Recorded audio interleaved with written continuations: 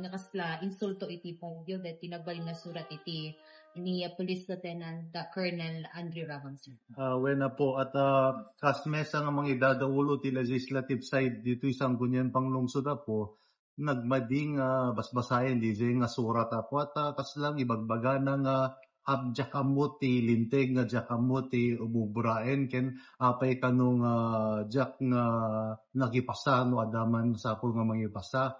So kaslang baybay ak kumapay kay DJ at kahit ko lang ang makorehir digito mading ubray dahil so sinuratak so na nga insight ko digito at naglinteg tayo nga may parit ti kapulisan agi sarat ti dalan po. DJ isasite ng ti rerouting, mabalin ka agre-routing no the emergency no the aksidente, agre-route ka yem no cultural event na saraam di bunga kalsada that is illegal po. The only authority given DJ linteg tayo po is through an executive order ken ni mayor or kada kaming ordinance to legislative side po. Awang karibbengan ti kapulisyan nga mangisara DJ kalkalsada para ka DJ nga activities.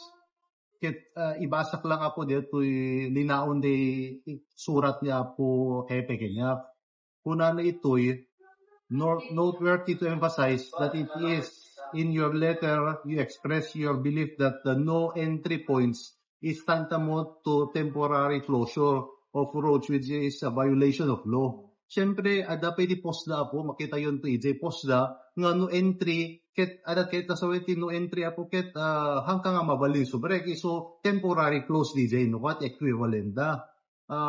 Nakabutputen ti pinag-interpolate na ti lo no da dumapo ket hepe pay suna ti lawag ket namnamay kumaidi nakita kami ti flag ceremony kinasarita na kuman nga imbaga na nga hamin tululitin en sir ket kasulatan na pagkitinulungan tayo ket mas ma-appreciate ko yung ti agsubla ti opisina after the flag ceremony na digimetlat ti letter na nga ti masungada pon nga kaslag challenge na. Kuna ito last paragraph na po, be that it may, the undersigned is now mindful of your directive as mentioned in your letter.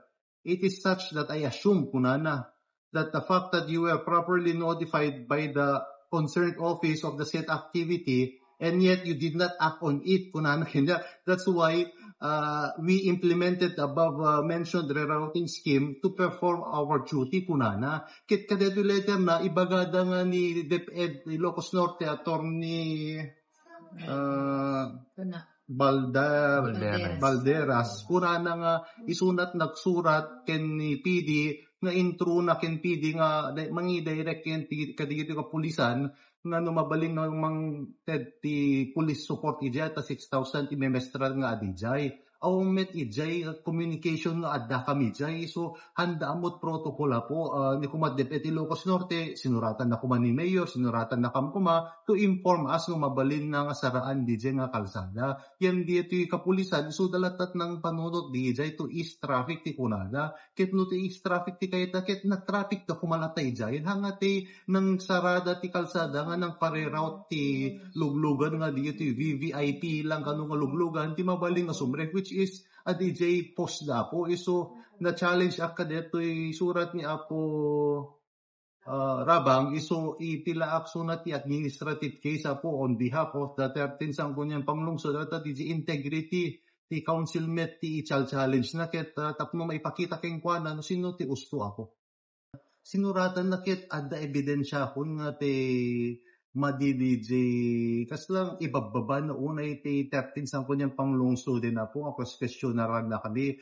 I am an active capacity of being the head of the legislative and a vice mayor. Hanga as an individual DJP nang isak lang ko keng panda, no di as dito'y sanggon niyang panglungsod ako. Tapno, marek na namit ako nga maditi inaramid na. Tapi DJ, surat ko keng kuana po, DJ surat ko pa keng kuana po, in-emphasize ko lang keng kuana nga maditi bubrae, maminsan na dito ti local government code, ibagadam ken mayor, ipagadam kada kami, tapno da kamti mangited keng dati directed mo. Tapos, same week met lang ako, Friday na, nagsarada man na daman announcement, yung madamit iyo ni Mayor at executive order which is yung mukit mayatin na awatanan. ket iti flag ceremony mandayen nalaki surat na nito so challengen sa dito yung hepe ko naking kwanang so di ako nakadeterminado nga mangi pass administrative case ken kwan.